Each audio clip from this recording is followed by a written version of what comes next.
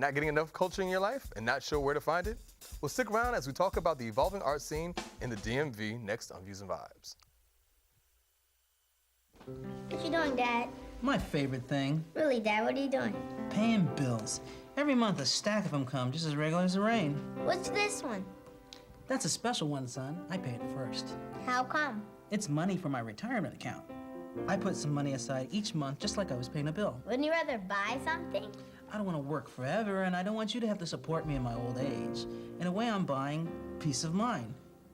I'm on the installment plan.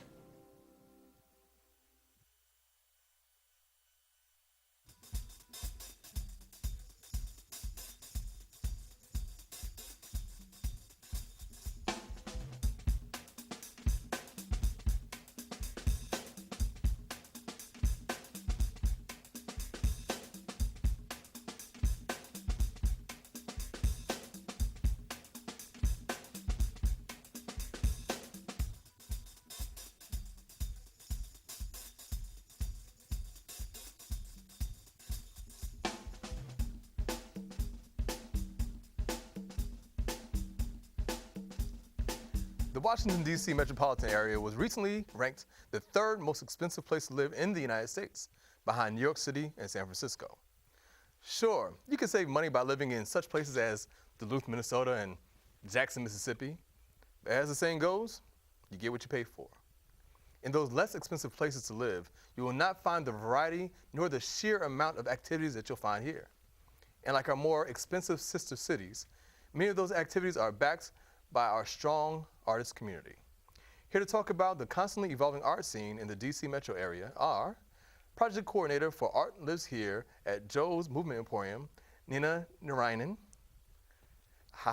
singer and host of Thursday Bliss at Bohemian Caverns, Shaun Mykals, and the Director of Poetry Events, aka Dope, at Busboys and Poets, as well as a Views and Vibes alum, Mr. Bomani Armah. Welcome you guys to Views and Vibes. Glad to have you guys here. Thank you. I really want to just start this conversation off by talking about when you think about the art scene in DC or the DMV, how do you see it? Just at this point right now, how do you see the DMV in terms of the art scene? You know. All right, well, I grew up in this area, so originally I saw the DC art scene as just being what was on the Smithsonian Mall. Okay. The free museums, the free places to go, and coming back to this area, I did my master's in arts management at American University, and that's when I discovered that there's so much more going on. And working at Joe's Movement Emporium in Mount Rainier, I realized that there is a whole Gateway Arts District corridor. Yay, Mount Rainier. Yes, of arts organizations, of artists, of studio spaces that are creating, living, and adding their work out into the world. So I think it's growing, it's changing. There's a grassroots and organic part, as well as a more professional and polished, federally funded museums part. Right. How about you, Shaun? I see it as being thriving, but I also see it as needing to be shaped. I think that there's so much potential in DC as far as artists are concerned, and you have to tap into it in order for it to be something that goes outside of the DMV and people know about outside of this area. Right. And Bomani, how do you see the scene? I love the scene. I mean, I grew up as an artist on the DC U Street scene, and U Street doesn't look anything like it used to. No, it doesn't. But what has happened is that the burgeoning poetry scene that happened there has spread out throughout the city, and we have found a way to both promote it and capitalize on it the way a lot of cities haven't. I mean, a lot of people, I get artists who come from all over the country, from Chicago, from New York, from San Francisco, from Atlanta, and they're like, wow, you guys have open mics that happen every night. You'll have poetry readings that happen every night, and poetry readings where everyone, where the feature gets paid, which, is a big thing for poets. And DC always took its poetry seriously, and now that there is a substantial rise in the mean income of people there, the poets are able to live off of it, and it's a great thing. I'm gonna tell you, one of the things that really attracted me to DC, I spent a lot of time coming here in undergrad. My mother lived in the area when I was at Lincoln. And then I also worked here during the summer times between undergrad and grad school. And I had a chance to spend a lot of time on U Street and Republic Gardens and everything like that.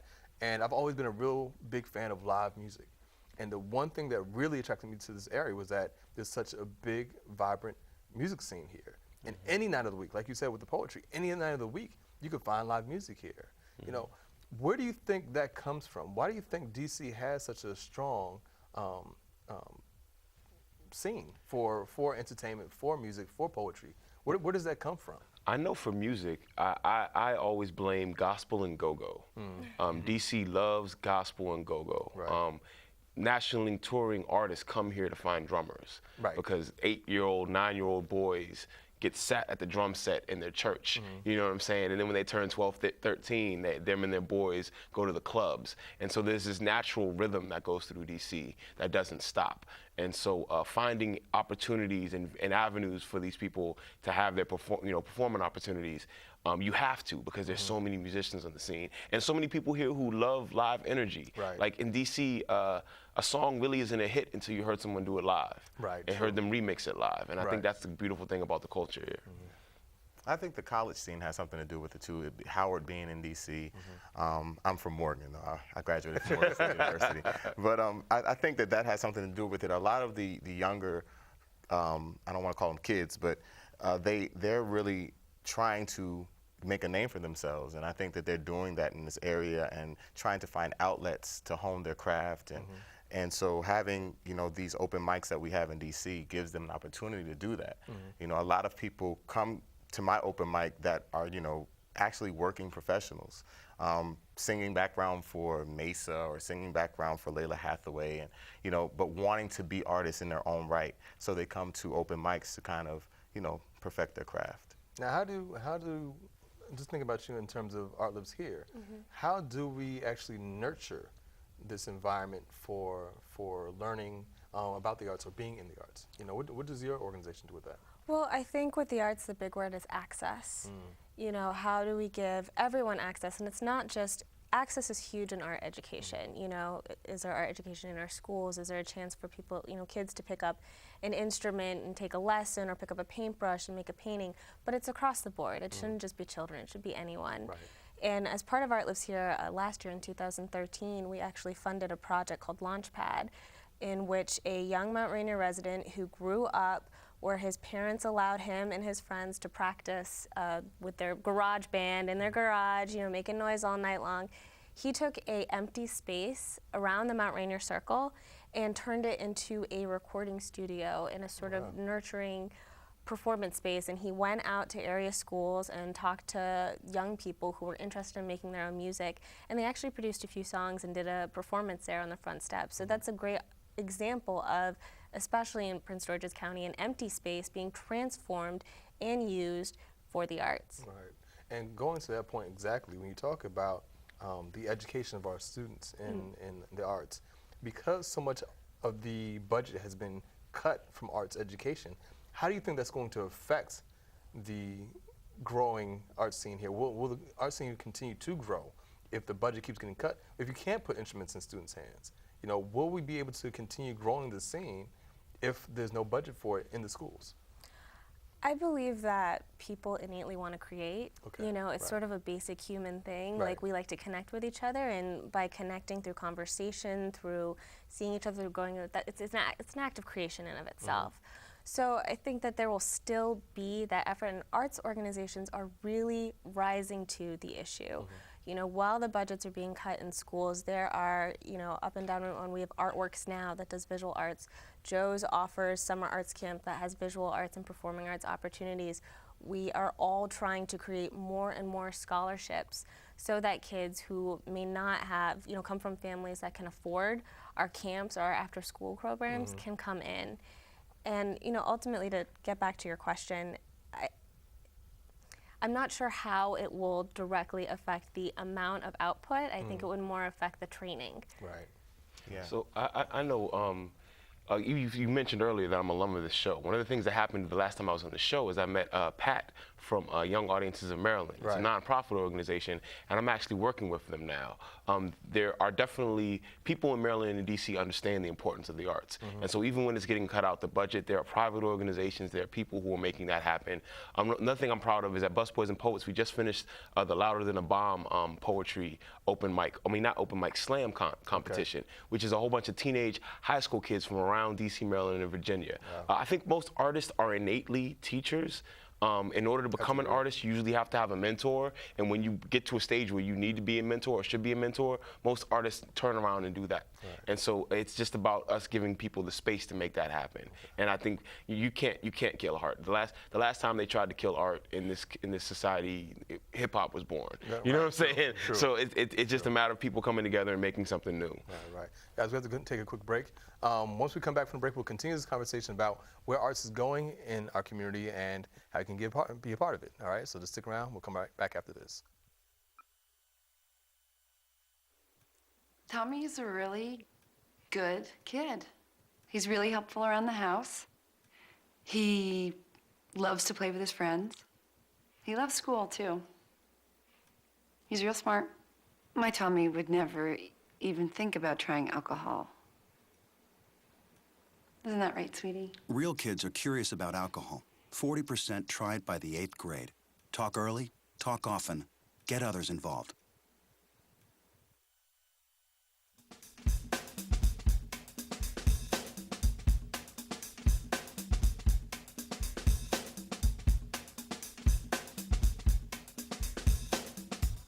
Welcome back to Views and Vibes, everybody. We are in the middle of a discussion about the changing and evolving art scene right here in the DMV. And back to my panel, let's talk a little bit about the individual things that you have going on. Shaun, let's start off with you. What is Thursday Bliss at Bohemian Caverns? What's that all about? Thursday Bliss is titled An Open Mic Experience. I initially was in New York doing a lot of work, off-Broadway work, background singing, and I used to go to this place called The Underground in the West Village, and it was hosted by Melanie Daniels, who is an incredible, awesome vocalist.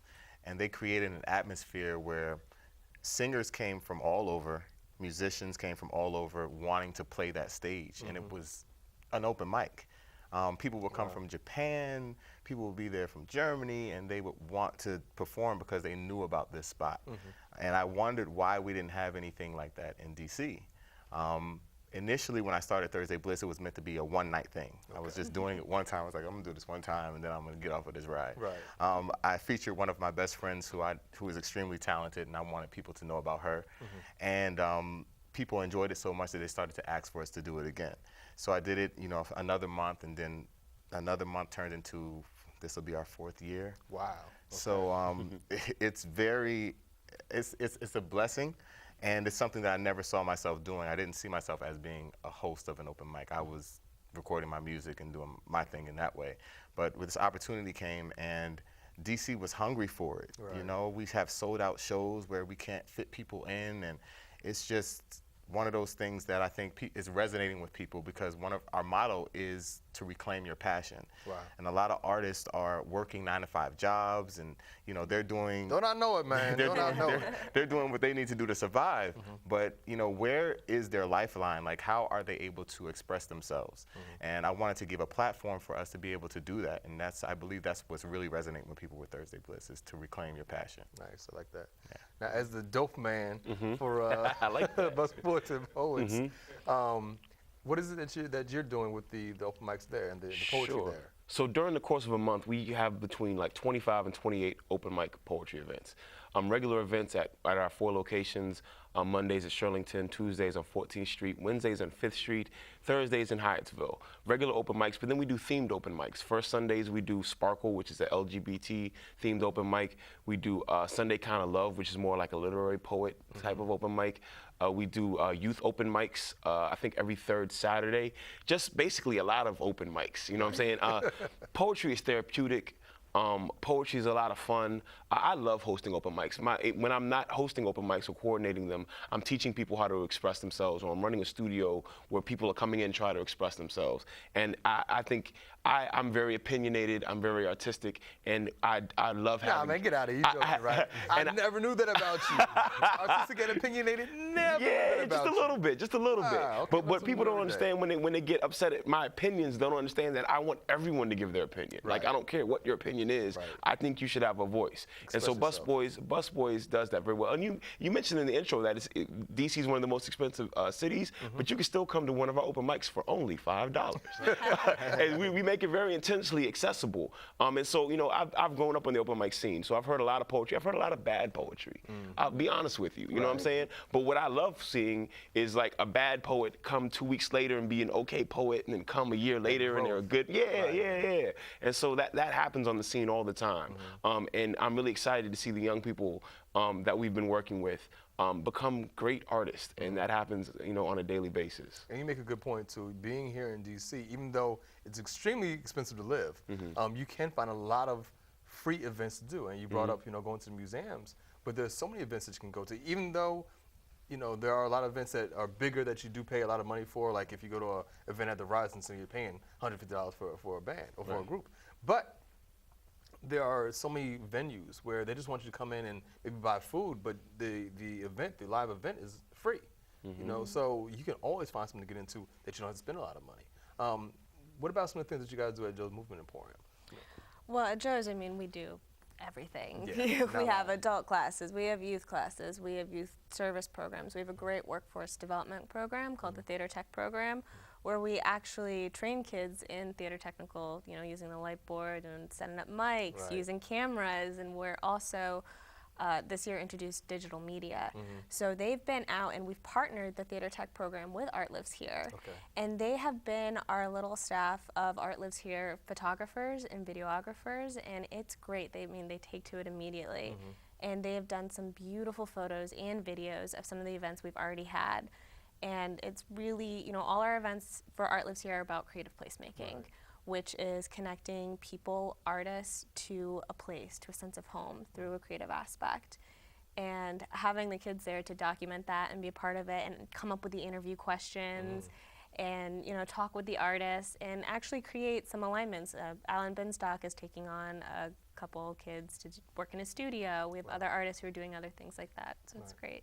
Now Bomani mentioned earlier about, you know, being an artist is almost like you have to be a teacher anyway. You know, how do you feel like within your art that you're doing, you talked about it a little bit with yourself, but with what you guys are doing, how do you feel like you are the teacher in you? Where do you feel like the teacher in you is going, and what are you actually doing to trying to educate the people that are coming, like the people who are coming out to Blitz?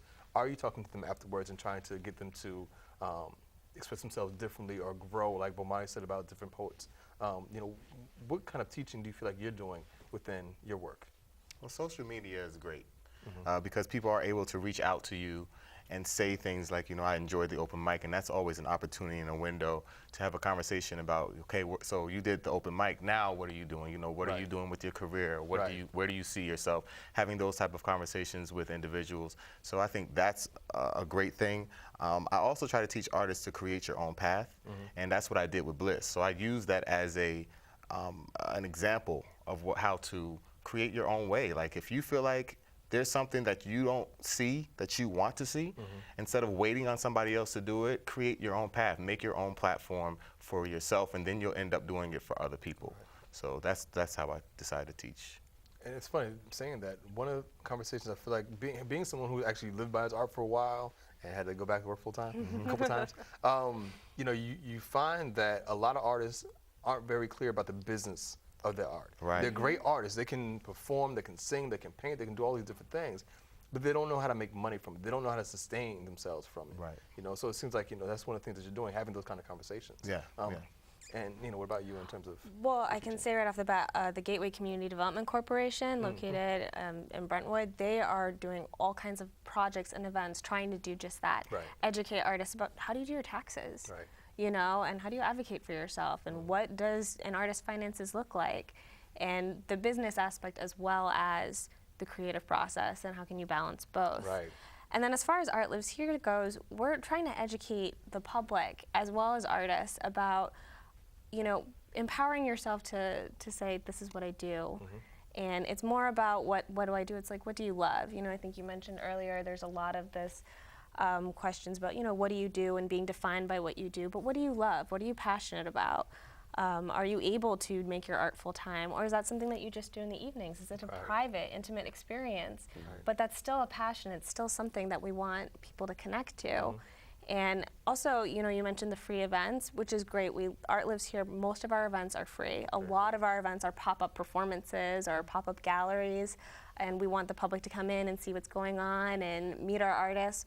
But we also want to train our audience to understand that, you know, for great art, it's worth the money. Yeah. You know, you're willing to pay, you know, a certain amount to go to the Kennedy Center to see an opera, but are you really, you know, our artists are just as vibrant and just as wonderful. Just because you're not in a beautiful, you know, monument with red plush seats and a chandelier, it doesn't mean that they're not worth that ticket price. That's a great point. That's a great point. So Hold on. Hold your thought. Don't forget your thought. Gotta go back to commercial. When we come back, we'll continue this conversation, so make sure you stick around.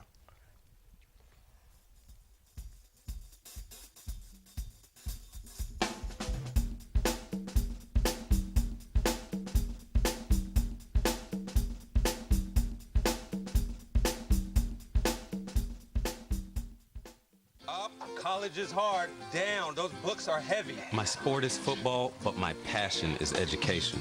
Right up here. So every year I take promising high schoolers on a college tour to show them that higher education means a brighter future. My name is Nnamdi Asamoah. I don't just wear the shirt, I live it. You can be a reader, tutor, or mentor too. Take the pledge at liveunited.org/volunteer. Do you wear this?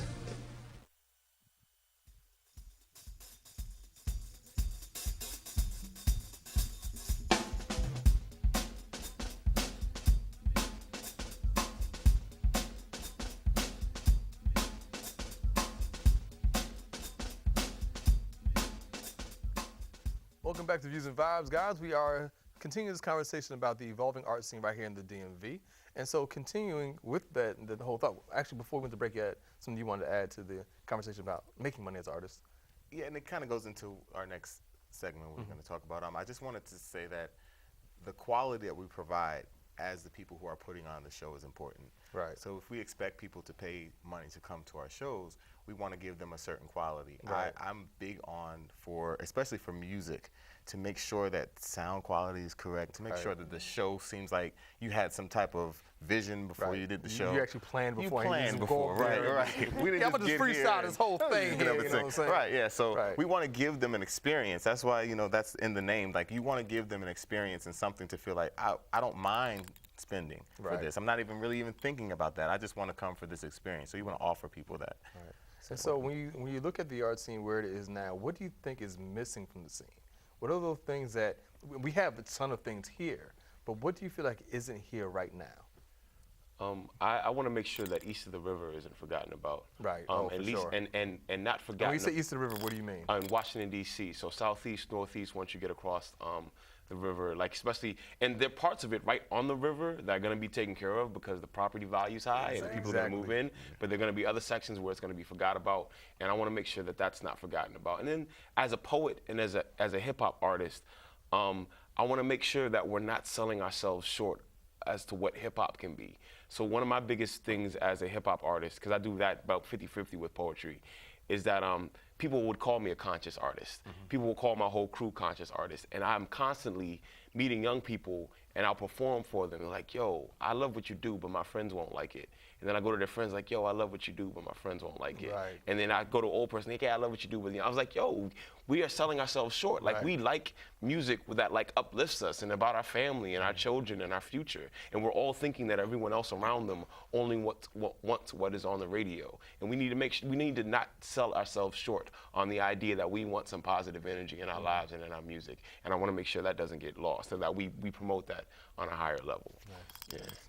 I think we need consistency, we need camaraderie, and we need visibility. Those three things I think are really important. Like we need to support one another while we're doing what we do, and we also need to make sure that we're visible.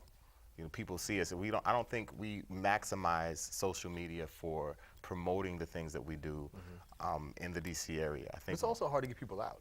As somebody who's worked in student activities at a college, you can promote and people see the signs, but for them to actually leave their house, to come to their house, or going to a bar and drinking as opposed to going somewhere and actually experiencing art, it's really hard for them to get out and get them out there. It is. So how do you convince them to You do that? build a relationship with the 3 people that come to your event the first time. Patience. That's what you do. You start out with the people who come. I remember when I first started Bliss, I used to always focus on the people who weren't there. Right. And then I had to change my mindset and begin to invest and focus on the people who did support my open mic. Give them the best that you got. Exactly. And when I started to do that, those people told their friends, and their friends brought their friends, and then that's how the ball started to roll. So you have to invest in the relationships for the people who are supporting you. It's important. What do you think is missing? I have to piggyback on the visibility and the camaraderie. Right. Artists need to come together and support each other, and I think they're really, it's happening less, but there needs to stop being this divide between performing arts and visual arts. Right. Music versus dance versus whatever else. There are so many multidisciplinary events and experiences for people to participate in. We need to let the artists know that you can talk to each other. And in fact, you can really vibe off something interesting. We've had shows at Joe's where we've had a visual artist creating live art while someone's dancing and someone else is making music. And that's an experience that everyone can partake in. And also, the idea of visibility and letting people know that we're here, it's difficult. At Joe's, I do marketing. We have a lot of great affordable events and performances going on, but we are competing against, sitting at home with your sweetheart on a Friday night watching Netflix. Netflix. Yeah, I don't know about Netflix. with, your food that you can get delivered to your door. And, I honestly am not positive what the answer is, but I think there's a lot of different opportunities out there. And if we create, we keep making this work, and artists themselves go out. I'm a visual artist by training. But I need to, I need to go, it's important for me to go to poetry events, to go to music events, to meet people and talk to people and connect. But isn't part of the danger with that you begin to just cater only to the arts people? Yes and no. I think everyone has an artist inside them. I think so, and I think we need to start telling everyone that they're artists, because people think, and this is something I've learned from doing open. This is something I get from doing open mics, is that people are like, "Well, I'm not an artist." I was like, "Okay, maybe you're not a professional. Maybe this is not your full-time, your biggest hobby. But everyone, you have to express yourself in some way." And I'm looking forward to people doing that. And also, we need to help people get out, to let them know no one tells stories about their Netflix nights. You know what I'm saying? You tell stories. You tell stories after you go to Bohemian Cavern, and you see the cave, and so you got to figure out, you got to live a little. I put a lot of people on to new shows from Netflix, man. All my shows from Netflix. Well, passion is a common thread. Regardless of what you're passionate about. So when we say reclaim your passion for Thursday Bliss, I say it about everything, not just singing, not just dancing. If it's sewing, whatever it is that you love to do, that makes you feel alive, that is what you need to do. Find a way to do that, whatever that is. So real quick, guys, starting with Bomani, where do you see the art scene going? Say 5 years down the road, 5-10 years down the road. I see it expanding outside of the Beltway, just because of how many people are moving in. And so I'm trying to figure out how to make sure I'm a part of the scene no matter where it moves. I would love to always feel like I have a home on U Street, but I'm also understanding that, culture and life changes. So I think it's going to expand, and I think we're going to have to all keep up with it as it's moving. Okay, Shaun. I see it expanding as well. I think that different genres are going to be incorporated, and we are going to come together where it's not just going to be, dancers over here, singers over here. I think that we're going to come together and expand, and people are going to start to see that outside of this area as well as inside the area. Definitely needed. And Neena? I see it infiltrating the suburbs and people taking it with them. Taking the arts experience that they had in this area, in the DMV, out back with them, and whether it's taking a class, taking an online course, social media, keeping that conversation going. And I really want to see, more and more artists taking themselves out of the area, and people beginning to recognize that DC is a hub for great arts. But anyway, I would like to thank Neena Narayanan, Bomani Armah and Shaun Mykals for joining us today. You can find out more about my guests by going to our website, viewsandvibes.com. Until next time, I am Tariiq, Omari, Walton. I can't even say my own name. And this has been Views and Vibes. Take care, you guys.